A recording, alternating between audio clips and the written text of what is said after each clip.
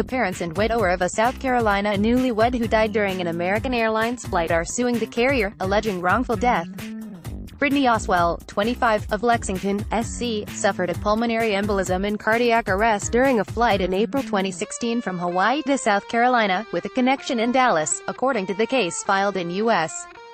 District Court. She was declared brain dead 3 days after the flight and taken off life support equipment at Baylor Medical Center, the lawsuit states. The lawsuit alleges that medical equipment aboard the plane didn't work and that the crew ignored pleas from a doctor, who tried to help Oswell to make an emergency landing before reaching Dallas. When Brittany got on the plane, she stepped into her coffin. Brad Cranshaw, a lawyer representing the woman's husband, Corey Oswell, and parents, Christopher and Tina Starks, told the state newspaper. "It's a tragedy." The airline hasn't formally responded to the 12-page lawsuit filed April 18. But the company issued a statement: "We take the safety of our passengers very seriously and we are looking into the details of the complaint. Medical emergencies occur about once every 604 flights, according to a 2013 study in the New England Journal of Medicine of 11,920 emergencies from 2008 to 2010. The most common ailments were loss of consciousness, respiratory problems, nausea or vomiting. Physician passengers provided assistance is nearly half, 48%, of the emergencies, according to the study. Flights diverted for emergency landings in 7.3% cases, according to the study.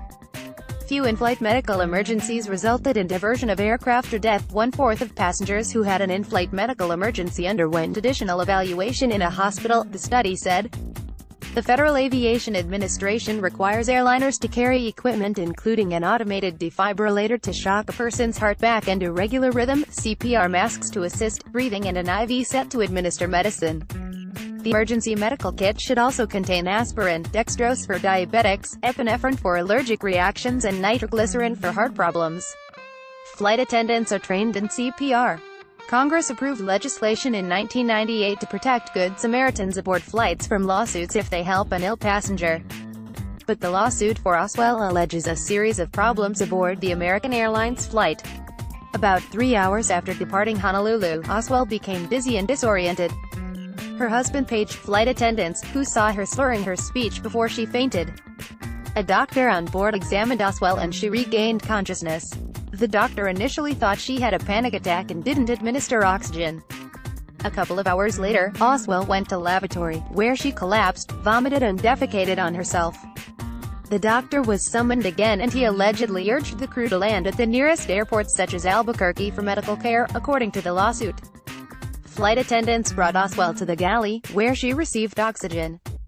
The doctor tried to take Oswell's blood pressure, but one cuff registered an error and the other was broken, according to the lawsuit.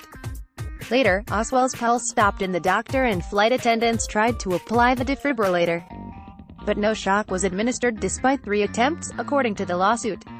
The doctors and flight attendants took turns administering cardiopulmonary resuscitation. The flight didn't divert and landed in Dallas about 2 hours after the lavatory incident, according to the lawsuit. "We absolutely felt like this was not taken very seriously," Tina Starks told ABC News. "She's no longer here to do anything with us and it's all because someone made a business decision to keep flying a plane when she needed emergency medical help that they could not provide because of inadequacies on board the